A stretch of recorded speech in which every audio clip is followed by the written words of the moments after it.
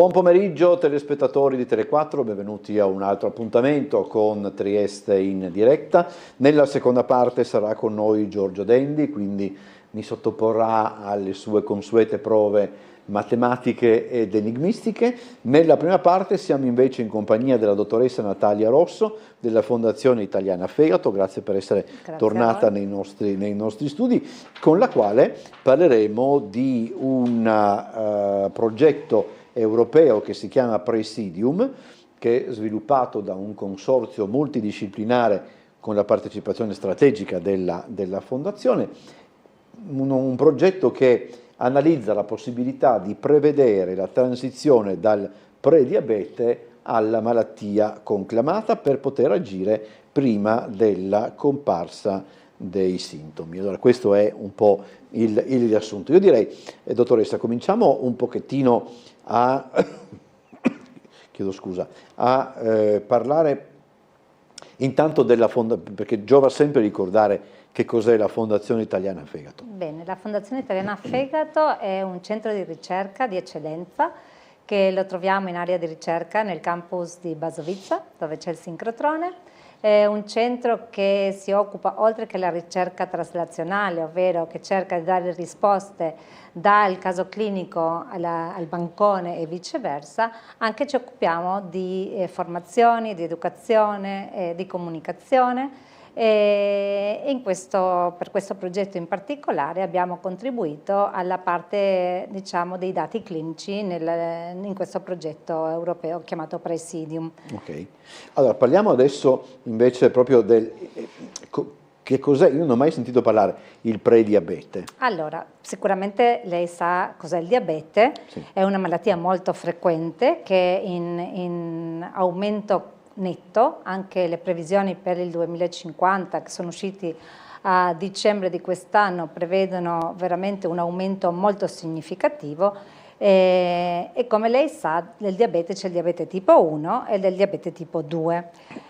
Si stima che i dati del 2025 dicono che l'11% della popolazione ha il diabete, di cui il 90% ha il diabete tipo 2. Il diabete tipo 2 è quello correlato con lo stile di vita, l'invecchiamento, l'obesità ed è quello che in particolare si può prevenire, è quello il fuoco di questo progetto europeo.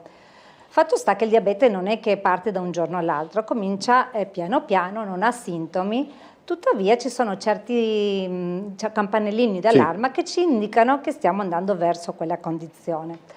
Per cui questa condizione, questo allarme viene chiamato prediabete, vuol dire che abbiamo dei livelli di glicemia che sono leggermente più alti del normale, ma non ancora così alti per avere il diabete. Questa finestra temporale ci permette di agire, è fondamentale perché possiamo rivertire o ritardare la progressione del diabete. Okay. Come si capisce quando, diciamo così, il diabete inizia la propria progressione? Cioè, quali sono le... Allora, la diagnosi viene fatta, diciamo, ci sono dei fattori di rischi, magari le familiarità, oppure obesità, però la diagnosi viene fatta tramite un'analisi del sangue. Si fa la glicemia a digiuno, sì, quello è standard. Però, per esempio, bisogna che ci siano determinati dati che si ripetono per un periodo di tempo, eccetera, oppure c'è anche dell'altro che dice logicamente al medico qui c'è qualche cosa? Sicuramente ci sono una somma di fattori, ma diciamo che la glicemia a digiuno o la prova di tolleranza al glucosio, che è una prova che si fa dando un carico di glucosio e valutando come il nostro organismo riesce a smaltirla nel tempo, io posso confermare la diagnosi. Ovviamente non ha sintomi, per cui potrebbe essere che tante persone hanno in qualche modo il diabete e non lo sanno ancora. Quindi diciamo che tutto questo, il diabete comunque è la porta d'ingresso ad altre malattie, è un'alterazione metabolica, cioè una conseguenza delle alterazioni metaboliche croniche che possono portare altre comorbidità lungo il tempo. Per cui uno prima sa di essere a rischio o prima sa di avere il diabete, può intraprendere certe scelte, stile di vita, di dieta, di attività fisica che contribuiscono a migliorare un po' lo stato generale. soprattutto nel prediabete, diciamo in questa fase questa sorta di finestra, insomma. Di finestra, di transizione, permette di capire cosa posso fare, quanto posso fare per evitare che la mia traiettoria che mi porterebbe lungo gli anni al diabete conclamato, io lo possa revertire o evitare in qualche modo. Il fatto per esempio che una persona per esempio abbia in famiglia parenti ascendenti, credo anche, che si sa abbiano il diabete, lo porta ad essere più, come dire, porta maggiori probabilità che lui abbia il diabete o... Potrebbe di sì, potrebbe di no. Comunque la familiarità è un fattore di rischio che va considerato per il diabete tipo 2. Il tipo 1, come dicevo prima, è una componente genetica, autoimmune, e quella sicuramente può avere una familiarità. Però il diabete tipo 2 sicuramente, se uno ha dei familiari che presentano questa alterazione, diciamo che è un fattore di rischio in più. Ma è vero, adesso questa sarà una stupidaggine, ma io le faccio ugualmente la domanda, probabilmente anni fa, quando si dicevano delle cose senza controllare, eccetera. Ma è vero che, non so, che la trasmissione del diabete salterebbe una generazione? Io non sono... Questo si diceva. Io questa cosa non le saprei dare un'informazione dal punto di vista mio, magari sono io ignorante. Non le saprei dire che se magari lei dice che se il nonno ce l'ha avuto, il figlio non ce l'avrà il nipote. Questo veramente non lo saprei dire. Quello che le posso dire in questo momento è che a livello mondiale la dieta, lo stile di vita fa sì che il diabete tipo 2, che una volta, come ho detto all'inizio, si vedeva magari con l'età, con l'avanzamento dell'età, comincia a essere frequente nei bambini piccoli che presentano obesità. Per cui questi numeri dell'11% che si prevede che arriveranno al 13% per il 2050 non considera la popolazione pediatrica. Questo è comunque un fattore che interessa perché sarà sempre più prevalente, a meno che succeda qualcosa in termini di terapia, anche nella popolazione pediatrica. Per cui agire quanto prima sicuramente è una strategia molto valida. L'approccio di questo progetto in merito a questa strategia è mettere insieme un po' di dati clinici che esistono in questo momento grazie alla collaborazione con dei centri clinici qua di Trieste, in collaborazione con la professoressa Palmisano di Assugi dell'Università di Trieste, ma anche dei partners dell'Università di Latvia e l'Università di Medicina di Graz, che loro hanno raccolto tanti dati di popolazione a rischio oppure con il diabete. Qua a Trieste noi abbiamo raccolto i dati dei pazienti che avevano il diabete e la sindrome metabolica, per cui diciamo sarebbe l'ultima parte dello stadio. Invece negli altri centri clinici hanno preso dei pazienti proprio in questa finestra e un altro centro clinico li ha sottoposti a attività fisica, dieta, a valutare quali erano i parametri che venivano cambiati a seconda del cambiamento dello stile della vita. Tutta questa grandissima quantità di dati è stata raccolta e grazie anche alla collaborazione dei ingegneri, di fisici, sia italiani che anche di Latvia, di diversi paesi, hanno messo tutti questi dati cercando di mimare, di fare dei modelli predittivi, a dire se io ho queste condizioni, qual è la mia possibilità di sviluppare diabete? Se invece io cambio qualche fattore attraverso questi cambiamenti introdotti, dieta, come mi varia la mia probabilità di cambiare il mio percorso verso lo sviluppo del diabete? Quindi hanno creato una sorta di algoritmo predittivo utilizzando machine learning, intelligenza artificiale, tutte queste cose che io veramente non so come fanno, ma loro riescono ad integrare utilizzando tutte le loro competenze e le disponibilità che abbiamo in questo momento per cercare di stabilire una sorta di applicazione che potrebbe essere integrata in un dispositivo di questi wearables che si usano, che si indossano, e poter capire che magari io comincio a fare non 10.000 passi, ma mi bastano 7.500 per cominciare a cambiare la mia traiettoria considerando tutti questi fattori. Quindi con questo progetto quello che si cerca è di agire prima per ridurre il numero di casi futuri per lo sviluppo del diabete tipo 2, ovviamente migliorare la qualità della vita, perché una persona che riesce ad evitare o a ritardare il diabete può dare anche un miglioramento della qualità della vita, ma soprattutto a ridurre la spesa sanitaria. Se parliamo certo, sì. se parliamo di bambini che hanno il diabete tipo 2, hanno davanti tutta una vita che si trascinano in una malattia cronica che porterà anche alla presenza di altre comorbidità. Per cui evitare questo migliora la qualità della vita, riduce ovviamente la spesa sanitaria. Volevo chiedere questo. Sì. Sarebbe già un grosso passo avanti a ritardare la conclamazione, no, del diabete? Sì, sicuramente, sarebbe molto bello, sarebbe molto utile, ma in realtà il punto è che oggi come oggi o io mi faccio il mio monitoraggio della glicemia e vedo come sta andando, e soltanto quando arriverà a un livello superiore a quello stabilito dal normale io andrò dal diabetologo e sarò sottoposta a un trattamento di diabete. In questo momento non esiste niente, al di là del medico curante o dell'iniziativa personale, per cambiare stile. Quindi questo progetto, anche che è finito a dicembre di quest'anno, ma come prospettiva andare avanti, cerca di sensibilizzare anche i sistemi sanitari ad aprire un po' la finestra di azione e cominciare a quelle persone che hanno un diabete leggermente più alto a includerle in un programma o almeno di informazione per cambiare stile di vita ed evitare che arrivino quando hanno già il diabete. Allora, per controllare la glicemia ci sono anche quegli apparecchi che vengono dati in dotazione anche alle persone che già stanno male, eccetera. Io devo dire la verità che da bravo ipocondriaco ho provato a misurare, insomma a prendere la glicemia, e devo dire la verità che, ecco, quella combinazione, sto a fare qua, a me fa un po', io non ho paura di iniezioni o roba del genere, però questa roba qua è una cosa che veramente mi dà fastidio, non so perché, perché non è un'iniezione vera e propria, è questa puntura. Cioè, è un po' mole, cioè, che crea un po' una sensazione di fastidio, poi comunque il dito resta.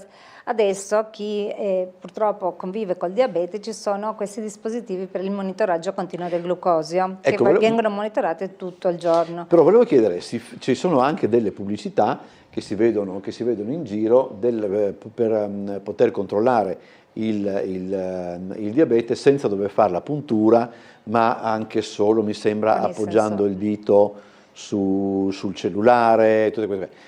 Hanno senso, oppure comunque la prova, quella con la punturina e la striscia che, come si dice, cattura il sangue, è la migliore?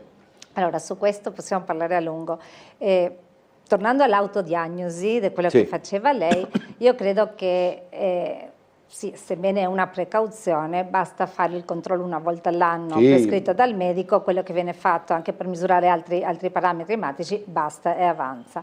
Per quanto riguarda questi dispositivi o questi sensori che fanno un monitoraggio continuo, proprio in questo progetto c'è una parte che riguarda tutti gli aspetti etici che riguardano i soggetti, i pazienti, e quanto questo potrebbe interferire con l'emotività delle persone. Il fatto di essere monitorati 24/24, avere questi profili, senz'altro per alcune persone può essere uno stimolo, per altre può creare stress e quindi capire fino a quando serve avere tutta questa informazione e perché basterebbe capire, ok, in questo momento sono in una condizione di prediabete, faccio certe iniziative, attività fisica, cambio dieta, faccio quello che devo fare e basta che vado a farmi un monitoraggio senza essere monitorato 24/24, perché per alcune persone, e tanti interrompono questo screening perché li crea uno stato di ansia il fatto di essere controllati tutto il tempo. In altre persone potrebbe essere anche uno stimolo a dire, boh, sto andando bene adesso. Però comunque è un qualcosa che noi abbiamo tenuto in considerazione, perché potrebbe darsi che una persona dice, ma io non voglio sapere, finché non ho la malattia non mi voglio stressare. Sono i due opposti, no? Nel senso, c'è chi vuole sapere per evitarlo. Ovviamente l'approccio più positivo sarebbe dire evito un male peggiore. Però abbiamo anche considerato la possibilità che certe persone potrebbero rifiutarsi a dire, io finché non sono clinicamente malato non voglio fare niente. non è quello che noi consigliamo, però ci potrebbe anche stare. Avevo letto, adesso non so perché posso essermi anche sbagliato, che per i casi più gravi, credo forse di diabete di tipo 1 anche adesso, però questo non lo so, che c'è la possibilità di avere qualche cosa sotto pelle che rilascia l'insulina autonomamente, adesso non ho, è così? Esiste, sì, non è lo scopo di questo progetto, ma esiste, sì, ci sono dei sensori di monitoraggio continuo del glucosio e dopo ci sono una sorta di pompetta che va a rilasciare la quantità di insulina necessaria per regolare l'equilibrio fra l'insulina e la glicemia. E lo fa autonomamente? Più o meno cioè non è necessario che uno... Va corretto a seconda di quello che uno mangia, se uno prevede di aumentare la glicemia va regolata, però in linea di massima questo pancreas artificiale, possiamo chiamarlo così, va a compensare il rilascio di insulina, ma questo sicuramente è più utile nel diabete tipo 1, laddove l'insulina... Faccio una domanda, perché l'ho già raccontato una volta, ma mi sembra abbastanza, come dire, curioso e da sottolineare, perché c'è un attore inglese giovane, cioè giovane, insomma, non giovanissimo ma giovane, che soffre appunto di diabete e lui si è appunto inserito questo dispositivo e delle volte leggevo in un'intervista che, dovendo lui recitare anche in teatro, soprattutto in un testo piuttosto complicato da un punto di vista fisico e anche psicologico, lui aveva disseminato lungo la scenografia, occultati, insomma, non è tutta una serie di appoggi, nel caso caramelle ed altre cose, nel caso dovesse sentire la necessità di di prendere qualcosa per evitare appunto che deve essere per certi aspetti geniale da quel punto di vista, probabilmente nemmeno nuovo, però per altri versi anche abbastanza terribile e ti dà appunto l'idea di come questa, al pari di tante altre, sia appunto una condizione, sia una malattia piuttosto bastarda, no? Perché non avendo sintomi particolari, nel senso o quantomeno non avendo sintomi visibili agli altri, uno può sembrare vabbè non mangi zucchero e sei a posto, invece forse solo quello è il problema. È da dire che noi abbiamo bisogno del glucosio, è la nostra benzina e ovviamente il nostro bisogno va regolato anche dalla componente emotiva. Una situazione di stress fa sì che si vengano bruciati o consumati diversamente i quantitativi di glucosio, per cui non è che uno può standardizzare. Se noi misurassimo il nostro profilo di glucosio in tutto il giorno, a seconda dei momenti noi avremo dei picchi, dei cali, quindi sicuramente non è facile da compensare, per questo che servono tutti questi come dire, calcoli, modelli per poter regolare e compensare a seconda dello stile di vita che uno porta. È quello che io cerco di far capire e non riesco, per dire la verità, a mia mamma che comunque ha 94 anni e soffre di diabete, che ogni tanto viene spinta da non so che cosa e si controlla il diabete di continuo e dice ma oggi nonostante che abbia mangiato poco ce l'ho a 200 e magari ieri nonostante che avessi mangiato chissà che l'avevo a 120. Allora io dico guarda che non è che non dipende da quello che hai mangiato un'ora prima o 2 ore prima, forse dipende da quello che hai mangiato 50 e 70 anni fa, probabilmente. Ma comunque non è così, diciamo, è una sorta di tendenza, no? Cioè che non è, una rondine non fa, bisogna vedere in tutto un certo periodo di tempo per poter capire l'andamento. Adesso, dottoressa, questi dati che voi avete raccolto, che utilizzo avranno? Allora, noi quello che speriamo, abbiamo creato una sorta di prototipo che sarebbe da utilizzare e noi stiamo chiamando a tutti gli interessati a contattarci sia dal punto di vista dalle ditte, le compagnie che sono interessati, ma anche dalle associazioni di pazienti e dei soggetti che si ritengono a rischio, per poter approfondire e utilizzare un modello più finito di questo prototipo per poter monitorare, a seconda del cambiamento dello stile di vita, poter monitorare la propria situazione. Ovviamente questo è un progetto finito che tende a continuare, ma al momento io, se lei mi chiede qualcosa da darmi, in questo momento non abbiamo niente, abbiamo tanti dati, abbiamo capito che se cambiano certi fattori le probabilità tendono a diminuire. E in questo momento stiamo cercando di soprattutto come dire, farci sentire dalle aziende o dei sistemi sanitari proprio per dire che questo è proprio un'occasione per evitare i numeri che sono in forte aumento in tutto il mondo. Secondo quella che è appunto la ricerca, i dati che avete raccolto, ma anche quella che può essere, come posso dire, una sorta di prassi consolidata, mettiamola così. Tra le soluzioni possibili per eventualmente appunto ritardare il manifestarsi conclamato della condizione, qual è quella più facile da seguire? Smettere gli zucchi, ma non credo. Più facile, io gli potrei dire quella più efficace è muoversi di più, mangiare un po' meglio se uno non ha la malattia. Quando uno ha già, come dire, sregolato, là bisogna pensare, perché non è solo una questione di muovere, può migliorare, però non si risolve tutto. Quella che sarebbe più efficace non è quella più facile, la gente non è tanto disposta, non è facile cambiare stile di vita, cambiare dieta, quindi l'alternativa è creare consapevolezza, che le persone capiscano che hanno il potere di cambiare, ma che dipende da loro il poter cambiare, farsi aiutare da nutrizionisti.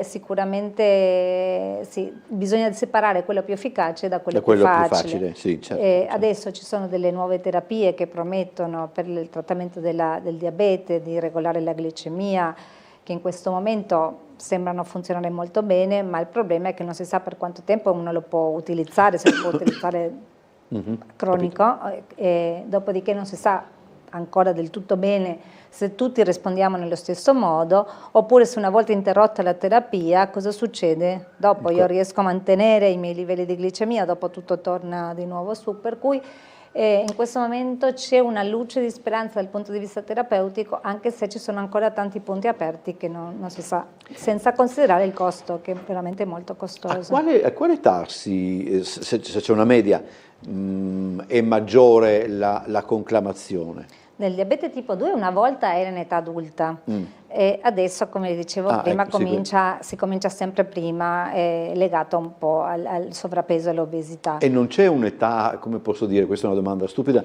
me ne rendo perfettamente conto, ma non c'è un'età dopo la quale sei fuori? Cioè se uno dice se non ce l'hai, se non 75, ovviamente così. Diciamo che a 75 non ce la potrebbe darsi che se la cavi bene. Se la cavi, insomma. Però sì, non c'è un'età, veramente dipende un po' dallo stile di vita, da quello che si mangia e da come risponde l'organismo. Sicuramente con l'avanzare dell'età è più probabile lo sviluppo di queste alterazioni. Ma non è una di quelle malattie che, virgolette, si nasconde, nel senso, insomma, ci sono dei casi che io conosco di gente che si scopre celiaca a 40 anni e poi magari anche più per gioco che per altro, altri componenti della famiglia dicono prova anch'io a fare la prova, eccetera, e magari c'è gente che scopre di essere celiaca a 70, no? E quindi poi facendo mente locale dice ah sì, ecco perché allora... È una malattia che, diceva lei, si nasconde bene proprio perché è una malattia che non dà sintomo. Non dar sintomo dipende dalla persona stessa, cioè la persona non ha i sintomi perché, che ne so, è fatta in un certo modo o è proprio la malattia stessa che... Diciamo che l'inizio della malattia non presenta sintomi, se uno già davanti e per tanti anni, magari senza sapere, presenta questa alterazione, potrebbe avere sintomi, per esempio tanta sete, andare in bagno, fare la pipì molto spesso, per cui un po' più che della persona dipende dal tempo in cui questa alterazione è presente nella vita dei soggetti. L'inizio possiamo parlare dei sintomi nascosti o non sintomi. Una volta che abbiamo il diabete tipo 2, anzi bisogna stare molto attenti perché possiamo avere la comparsa di altre malattie associate, per cui sì, dipende dal momento. All'inizio è silenzioso, noi non capiamo niente, una volta che ce l'abbiamo bisogna essere molto attenti perché basta anche una piccola ferita che potrebbe scatenare anche delle complicanze non da poco. No? E per esempio una persona che sa di avere la malattia, è il caso che, come dire, dopo un po' di tempo, non so, faccia fare gli esami anche ai figli per evitare, cioè, o comunque per seguire. Potrebbe, se i figli presentano fattori di rischio, diciamo la cosa più evidente sarebbe il sovrappeso, Sempre col sovrappeso. O l'obesità, che parlano un po' di una, come dire, una sorta di caratteristica metabolica, secondo me avrebbe senso.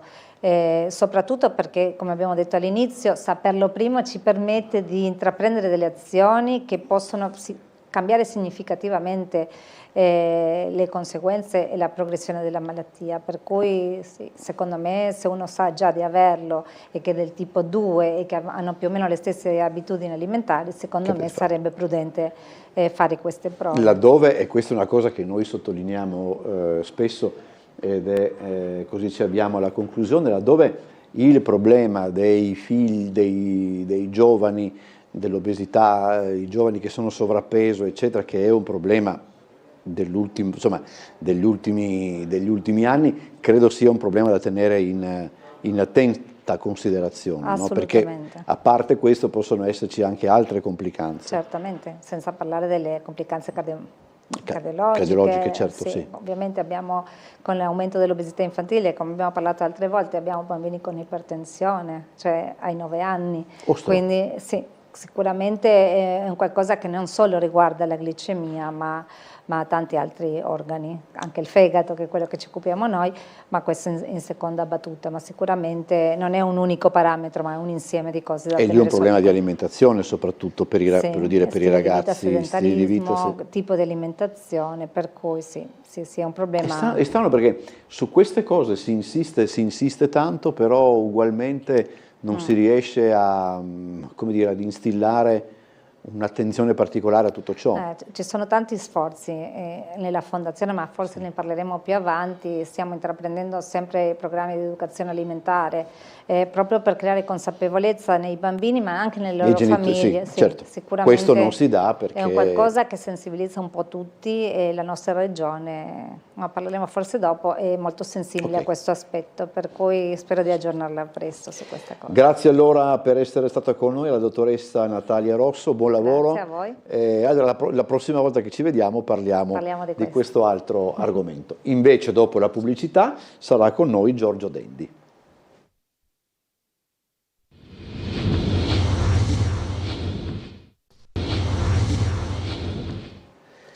Allora, seconda parte di questa puntata di Trieste in diretta, non c'è bisogno di presentazioni. Presenta pure. Presento Giorgio Dendi, che è tornato a trovarci con poche carabattole oggi. Ma ci sono le diapositive. Ci sono sempre le diapositive in regia, dopo qua se serve o anche qualcosa con me. Comincerò a detestare le diapositive. Ma continuiamo col discorso di prima.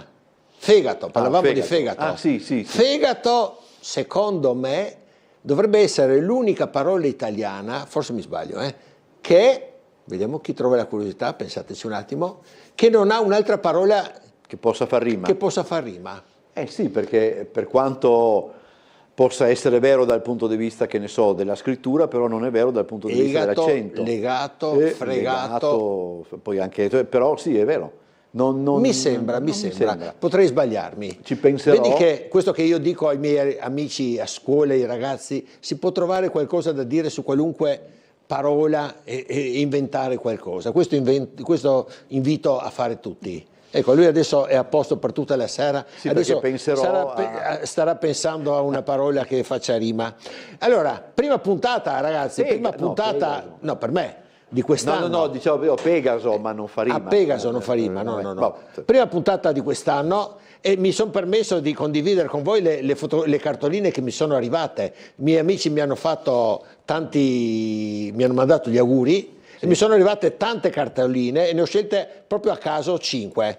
Per esempio, mi ha scritto Alessandro Bartezzaghi. Che è un cognome importante per Alessandro è il direttore della settimana dei mistiche in questo momento. Suo papà, Piero Bartezzaghi, lavorava come dipendente, ha creato molti rebus, ha creato anche tanti altri giochi. Guarda, questo che sto inquadrando, se si può fare, è proprio un libro di giochi di Piero Bartezzaghi, ma non sono quello che volevo. Piero Bartezzaghi, si legge qui sì. Anche il nome dell'autore. Questo è stato scritto postumo, scusate, mi sbaglio un po' con l'inquadratura, però ci sono solo giochi in versi, non ci sono assolutamente cruciverba, perché lui era molto capace, molto bravo anche nel creare altri tipi di giochi che noi da casa non conosciamo. E risolvere il Bartezzaghi è stato citato anche in un film e in una canzone, adesso non ricordo di chi, comunque se cercate su Wikipedia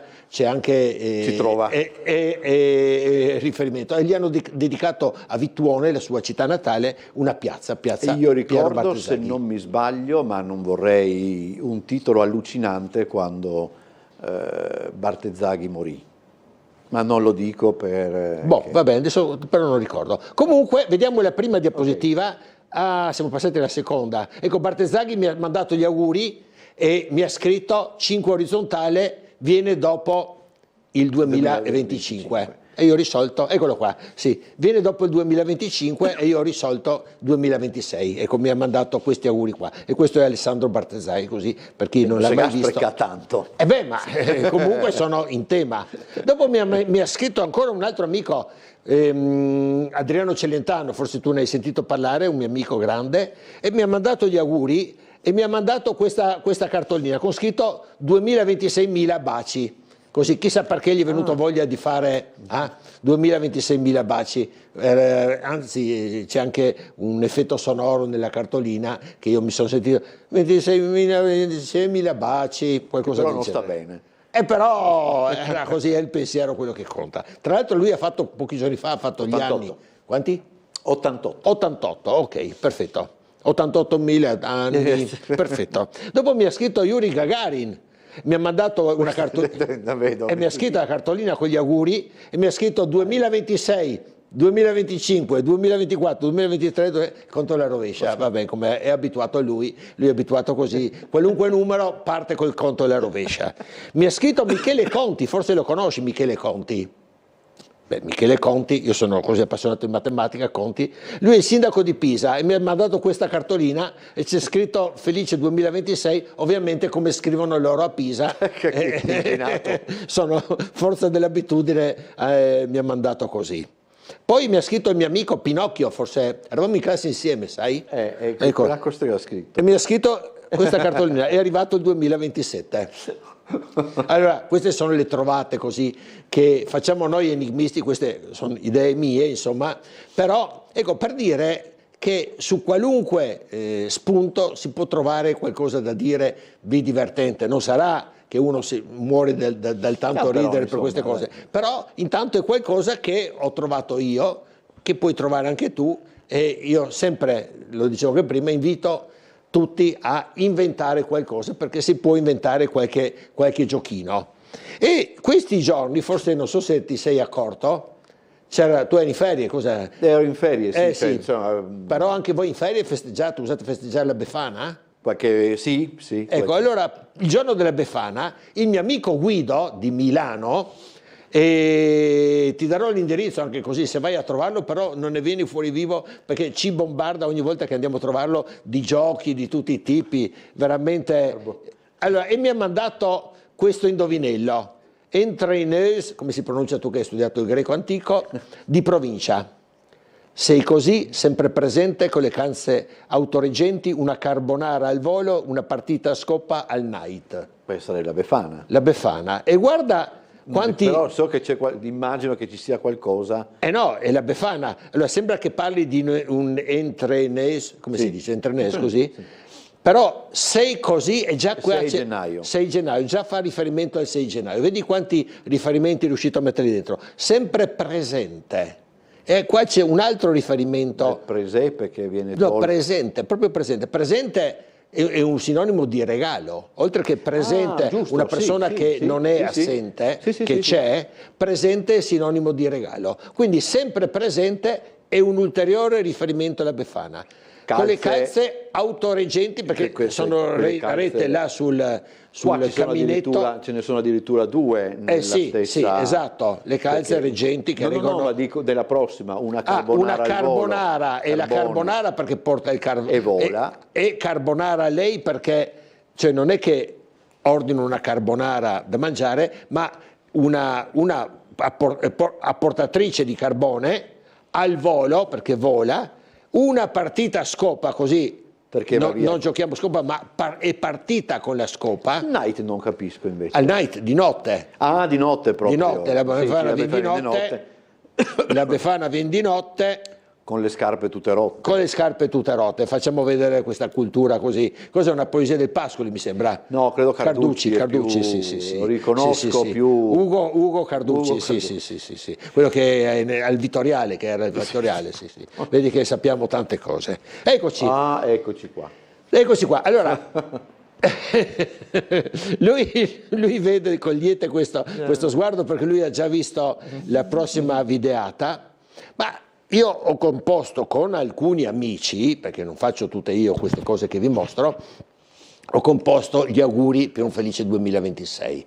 Ecco, chi ha voglia, sul mio sito va a cercare un paio di giorni fa, perché ogni giorno sul mio sito Giorgio Dendi, avete messo qui sotto? Sì, Giorgio Dendi, ogni giorno c'è qualcosa, quindi se andate a cercare un paio di giorni fa, uno può vedere anche con calma. Abbiamo fatto tante espressioni che danno per risultato 2026. La prima, vedi che c'ha tutti i numeri dall'1 al 9, tutte le cifre, nell'ordine, 1 più 2 più 34 per 56, e si fa prima la moltiplicazione, più 7 per 8 più 9, quindi 7 per 17. Ecco, adesso non facciamo i calcoli, comunque li abbiamo provati, cioè chi li crea dopo li gira nel nostro gruppetto e ognuno prova e verifica se è giusto. Ecco, ma ci sono anche alcune, vedi che nella penultima c'è l'arco tangente, se leggo bene, ecco, ci sono quelle radici, le ultime sono improponibili, però noi siamo riusciti a fare anche quello. E comunque sempre con i numeri, nella prima dall'1 al 9, poi anche dall'1 all'8, dall'1 al 7, però scusa, ecco, sempre con i numeri nell'ordine. Dimmi.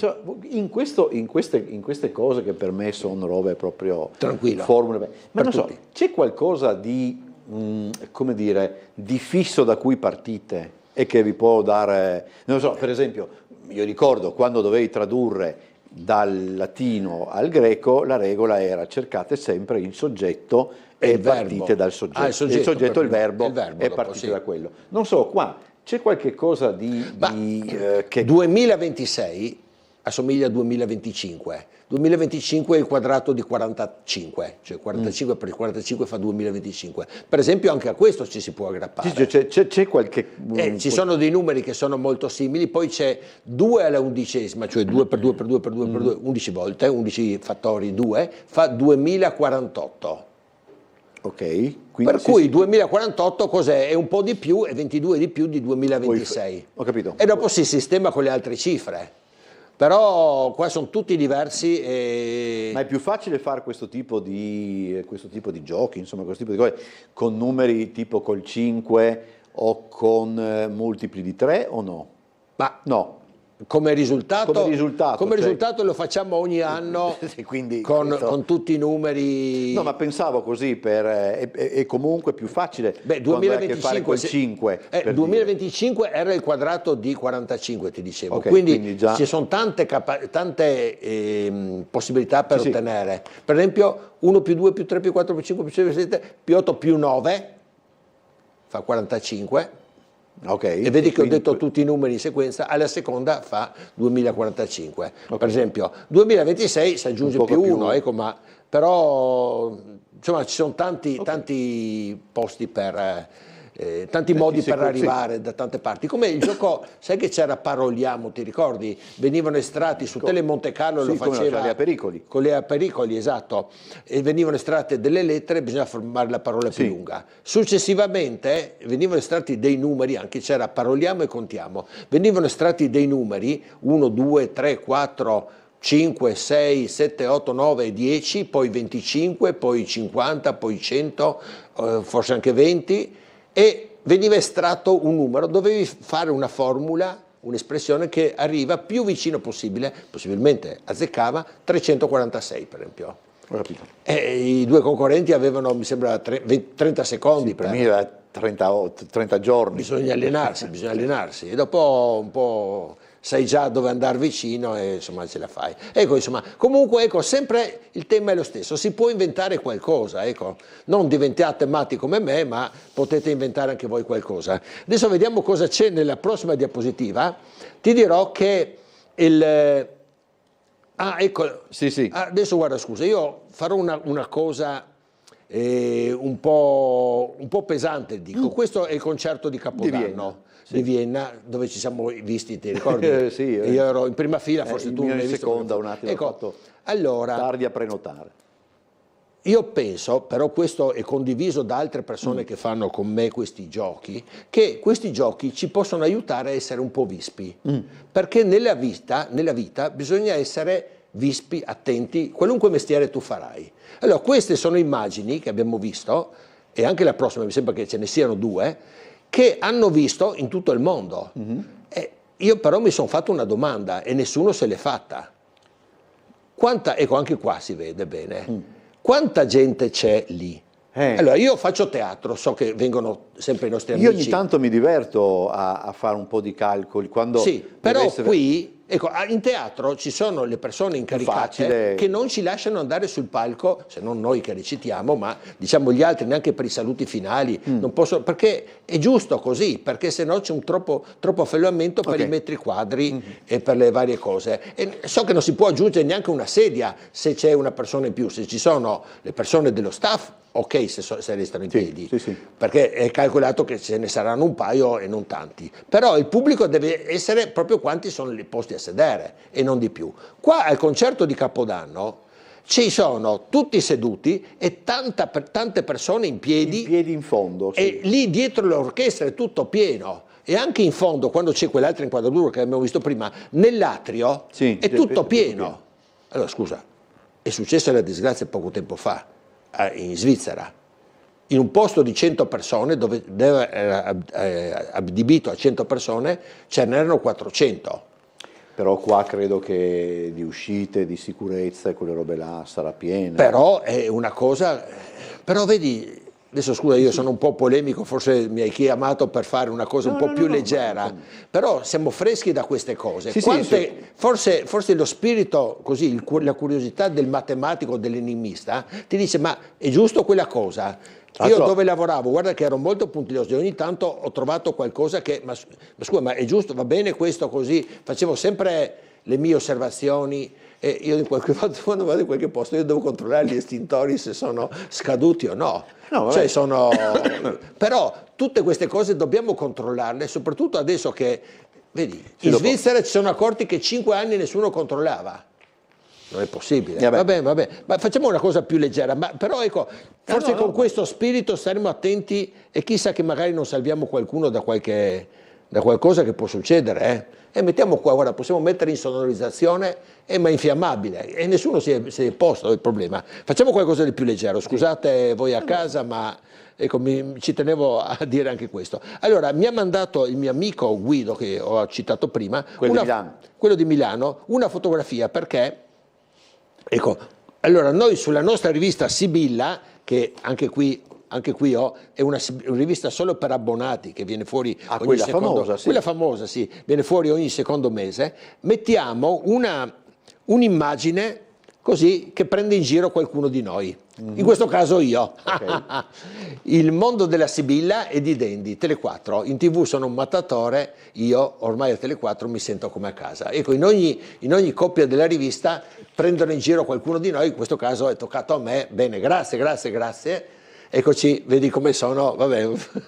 C'è qualcosa da indovinare? No, così sono io, come mi vedono i miei amici, perché io metto sul mio Facebook, quando vengo qui un paio di giorni dopo, metto l'immagine su Facebook, il link, e mi guardano la puntata che... Ma quello che tutto trema sarei io. E io sono quello che trema, sì. Ah, tu? Come? È più facile il contrario, che sia io. No, sono io quello che trema. Eccoci. E questo mi hanno mandato, è il prossimo numero che verrà che a me non è ancora giunto, insomma è questo. Comunque possiamo passare, se abbiamo ancora tempo? Sì, abbiamo ancora 14 minuti. Ah, benissimo. 12 minuti. 12 minuti. Allora passiamo a un gioco. Cosa mangia, per esempio, ecco, lui ha visto. Perché io vedo prima. Lui vede prima, ecco, così vi avvisiamo, perché sennò sarebbe un shock per lui, uno shock. Allora, cosa mangia, per esempio, un farmacista? Allora, noi ci divertiamo a storpiare le parole e a fare un mismatch tra una parola adatta al farmacista e una parola adatta al mangiare. Siccome c'è la carbonara e c'è il bicarbonato, il farmacista come primo, non guardare tu te, come primo mangerebbe una bicarbonara. Vuoi commentare il secondo? Una compressata, perché che è una pressata, però una compressa. Occhi di bue. L'occhi, facciamo pubblicità. E beh, insomma, sì. Uovo in camice. Invece che uomo in camicia. Tacchino pirina, l'ho preso l'altro giorno, perché non avevo scorte. Pancerotti. Noi prendiamo in giro una nostra amica perché facciamo la tachipierina. Sì, ecco, vedi, si può. Ma è ipocondriaca? No, semplicemente il nome sta bene. Contorno pancerotti. Cerotti invece che panzerotti. E verdure al vapore, vaporub. Melatonina come frutta. Sì, melatonina. Lambruscopan. Diventa lambruscopan. E Xanax, che non è male. Xanax, va bene, qua abbiamo fatto reclame, ma abbiamo usato semplicemente dei nomi che si usano comunemente. Eccoci, allora, chissà quante altre ce ne sono che magari non ci sono venute in mente, però ecco, noi lo chiamiamo il Magnum questo gioco, no? Sempre pubblicato sulla Sibilla, e non so l'origine del nome, comunque è questo qua. Allora adesso propongo a te. Oddio. Chiedo alla regia di non farli vedere ancora la prossima. No, ok. Hai qualche idea, per esempio, Sinner, Yannick Sinner, no? Intanto il nome Sinner è già bello, perché Sinner, immaginalo scritto, vuoi scrivertelo sulla tua cartellina? Sinner, se cambi la R in T e leggi alla rovescia, tennis, è già onomatopeico, come si può dire. Aveva già nel nome. Sì. Allora, vediamo un po'. Cosa può mangiare Sinner? Mangiare, bere, troviamo qualcosa. Dopo comunque ho la videata. Io non conosco benissimo i termini, però volè, non so se... Volevant è un termine sia per i vestiti sia per il cibo, dolci, insomma, sì. Allora, questo può essere una. Puoi giocare con diritto, rovescio, sì. No. Rovescio, però ace si scrive Ace. E la bevanda vitaminica. E ne abbiamo trovati già due. Vediamo se mi viene in mente. Poi ci sono Smash, non credo che... Smash? No, racchetta. C'è l'acqua invece del Rocchetta, acqua rocchetta e acqua racchetta. Favoloso. Questa, dopo mi darai la pena che questo ci manca. L'acqua racchetta. L'acqua racchetta, poi perfetto. Ci sono set... userà un set di coltelli, posso immaginare. Per esempio. Userà un set di posate. Sì.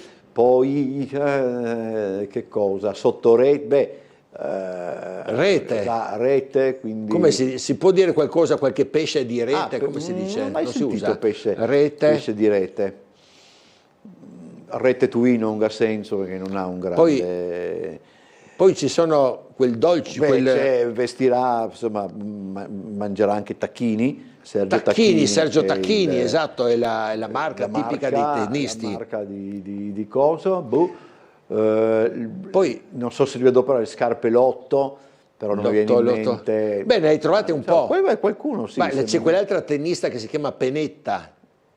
Non si chiama la pennetta? Pennetta, sì. E le pennette sono la pasta. Sì. Poi le lenticchie, perché lui non perché lui è lentiginoso. Berrà vino rosso, ma insomma vabbè. Rosso, sì, anche rosso. Poi ci sono le pere, anche con la grappa, pere Williams. Ah, Williams la tennista Williams. Insomma, ecco, ci sono, possiamo vedere. Beh, potrebbe mangiare delle fettine a panatta. A panatta, carne a panata. Bravo. Ecco, trenet, il net, no? Quando va all'inizio della battuta, no? Saltate in padel, anche qua c'è il padel, il gioco simile. Se te senti Pietrangeli Che diceva che il padel è per le pippe.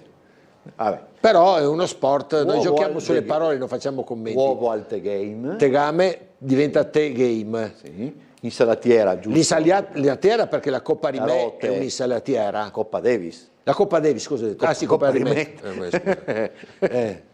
Non mi intendo di sci, scusate.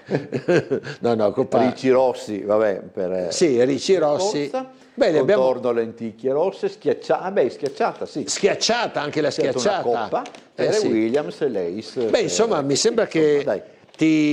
mi vedrò quando sei in ferie per organizzare il prossimo congresso di enigmistica, perché vieni con me, perché ti divertirai, vedo che sei bene. Dove qua, insomma, Ne facciamo un'altra, allora Sì, vediamo, eccola. Cenerentola. Quanto tempo abbiamo? 6 minuti, 5 minuti. 5 minuti. Cenerentola. Beh, io ti ho chiesto quanto tempo anche per sapere, perché tempo come tempo c'è un riferimento... Mezzanotte, spaghetti a mezzanotte. Spaghetti a mezzanotte. Ok. E già abbiamo trovato il primo. Vedete amici, come si può... cioè il primo, nel senso il primo questo, ma anche il farà primo... la scarpetta col La sugo. scarpetta, benissimo, anche questo... Eh, Scarpetta però se è piccola, mascarpina. Mascarpina. Invece che mascarpone, mascarpina. Vedete come si può giocare? Dopo non c'è una regola, non è detto che venga fuori tutto, però ci aiuta a ripassare. Vieni frutto. Chi era quel calciatore che diceva, Alzheimer si chiamava, come si dice? Non era un calciatore? Che diceva che bisogna far lavorare il cervello per non... No, non ho appetito. lui sta pensando, guarda, non ho potuto neanche fare la battuta perché lui non... Le 3 sorelle, non c'entra Una si niente, chiama Genoveffa, e l'altra Anastasia. Ma pesto alla... pesto alla genoveffa. Pesto alla genovese diventa pesto alla genoveffa. Principe azzurro, pesce azzurro, ma vabbè, quello è un po'. Pesce azzurro, Invece il principe principe azzurro, bravo. Da bere non... E c'è quel vino pregiato però, come si chiama? No, su vino sai che io Però, astegno. però mi sembra che abbiano due nomi. Però è ancora una parola. Comunque però è Perrault, scritto Perrault è l'autore di Cenerentola. No, stavo pensando... Poi quella è la formula magica. Bobby di Bu. Bibi di Bobby di Budino. Bibi di Bobby Bobby di per far apparire il budino, Bibi di Bobby di Budino. E poi Adesso vediamo, facciamo vedere anche... invidia stufata. È che non stufata, male. sì, certo. Invidia, sì. Pesce azzurro, zuppa in carrozza, sì, perfetto. Beh, le abbiamo dette Certo, tutte. quasi tutte, sì. Ma insomma, Sì. quindi cosa facciamo? Finiamo qui? Vediamo se c'è ancora una. Ma io ne ho ancora una sul lei. terrapiattista. Urca, Vedi, beh, urca. questa è difficile. Allora, un piatto di terra, si usa dire, no? Piatto di terra. Sì, una terrina. Terrina, Sì, insomma. questo sì. Però qua è un po' più difficile. Da uno sconosciuto c'è il film. Caramelle? Caramelle, che sono le caravelle. Le caravelle, terra piatta. Questa è un po' Poi, più complessa. Quel schiacciata. Anche, sì, Schiacciata, terra schiacciata. Poi. No, qua mi è un po' più complicato. Ma sai cosa? Io quando devo fare qualcosa del genere prendo un vocabolario con tutti i sinonimi, mi guardo qualche volta su Wikipedia o su altre pagine, trovo l'elenco di tutte le persone, di tutti gli oggetti, di tutti i pasti in questo caso, fino a che non c'è qualcosa che ti viene... che assomiglia a qualche altra parola. I terrapiattisti non... Colombo strapazzato, ho visto qui che hanno fatto i nostri amici. Colombo strapazzato, povero. Per strapazzato, perché appunto i terrapiattisti... Lui... Vediamo allora, che così... Pasto, facciamo vedere una così. Sì. A base di terra, pasta al burrone. Il burrone, quando finisce la terra... sì. Pasta al burro. Un tocco di cervello non è Un tocco male. di cervello. Volpe col cavolo, stessa roba. Sì. Qua sono commenti un Fuori po'. di zucca non è male. Fiori non di zucca. capisco Cosmopolitan Lish. Cosmo Lish. Il Cosmo. Il Cosmo per Liscio, loro sì. è E liscio. Cosmopolitan è un liquore. È un liquore, sì, Detto un anche cocktail, Cosmo, mi pare, sì, una anche roba- Cosmo si dice. una roba basta il burrone piatto a base di terra, sì, o una terrina.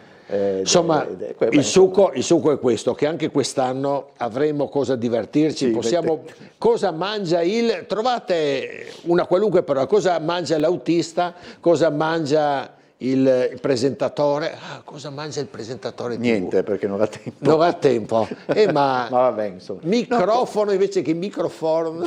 Come si Cosa dice? mangia l'autista? Potrei fare riferimento a mio papà, magari mi viene... No, magari ma